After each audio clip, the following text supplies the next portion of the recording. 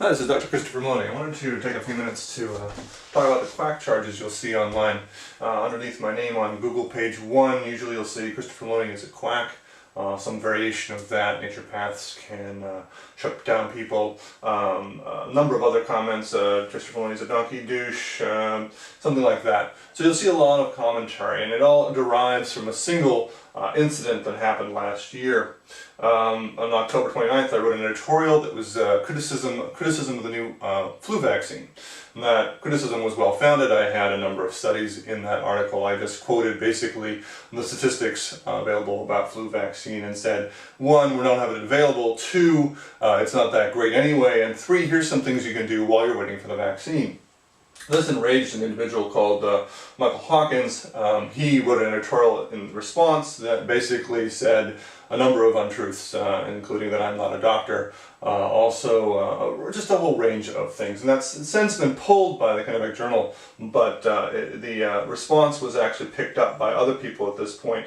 I ignored him at that time, and I think that enraged him further. He then went on February 17th, he accused me of trying to remove his information from the web, and he went to two guys named Myers, P.Z. Myers, and Myers went on to Novella, and P.Z. Myers basically picked it up and said, this guy is a quack, spread the word. As a result of that, I got an enormous amount of hate mail, harassing phone calls, etc. Myers has since previously realized that the initial charges were false. He's actually said so on his blog, but he's continuing to harass me. Hawkins denies that he was lying about charging me. None of them have ever apologized. The idea is that they continue to defame and harass me. Some of the more troubling hate mails that I've received involve the words "blood on your hands." These are the words that you use in connection with the violent death of a doctor that's justified. And what happens is that Myers and his group don't realize that basically the groups that they oppose, they're actually all atheists. The groups that they oppose, they would describe as authoritarian. Basically, these people will follow unthinkingly what a leader tells them to do. What's fascinating to me is that the American atheist movement, which P.Z. Myers is actually a member of, is actually becoming more and more authoritarian itself. And so the idea is that an authoritarian, it's not necessary to actually engage in logical thought. So I actually did months of work on P.Z. Myers' site and on Dr. Stephen Novella's site, where I basically attacked, anyone who attacked me. I provided them with evidence. I argued my points of view. I stated what I do. And as a result, I got absolutely nowhere. And it was really frustrating because I had assumed these people who claim to be scientists would have open minds, deal with logical critique, but what's really evident is that this is not a logical group. These are people who have a belief system, a very strong belief system, an authoritarian belief system that which comes from authority is correct and nothing else is.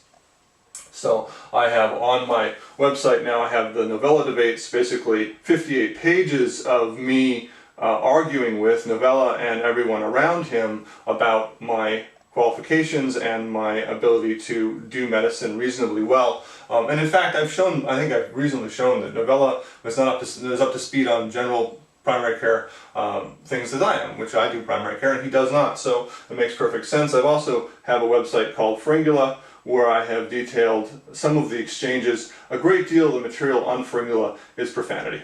For the most part, all I got when I would respond to criticisms was people swearing at me. And that's really the state and the level of the intellectual response that you're going to get on those sites. These other sites, there's a number of other copycat sites, and that's why you'll see so much information on the web. These copycat sites are not sites that have actually done any research or had any contact. None of these individuals, none of them have had any contact with me personally. They've never had any contact with any of my patients.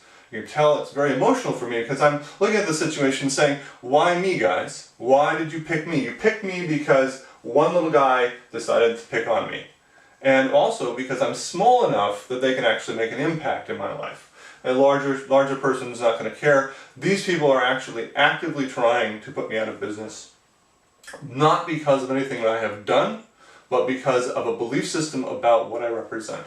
So, quacks. A quack is a quack solver. That's the term.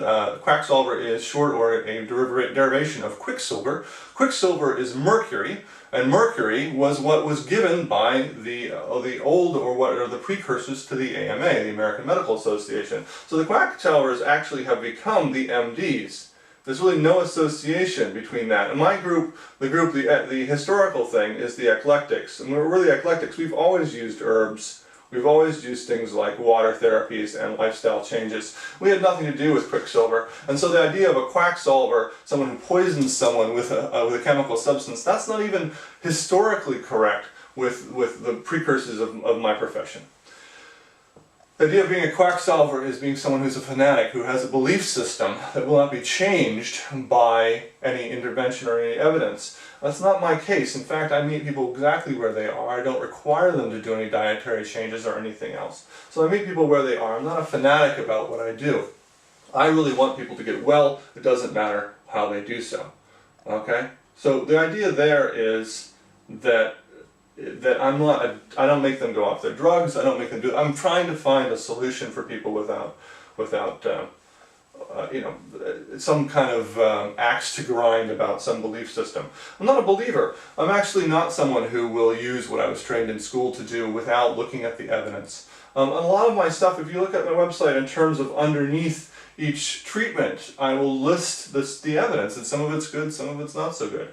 But if it says a lot of the treatments that I was trained to do don't have good evidence, and I've dropped them to the wayside. So I really work with evidence-based medicine, and that is the highest standard within the medical field. And so it's extraordinarily frustrating for me that, having supplied the individuals who could criticize me with the evidence that what I do is overwhelmingly harmless, overwhelmingly I'm not somebody who is reaping large quantities of money from people for a treatment plan. The idea is that I've actually gone so far as to protect the people I'm working with from any feeling that the treatments I'm giving them are not effective.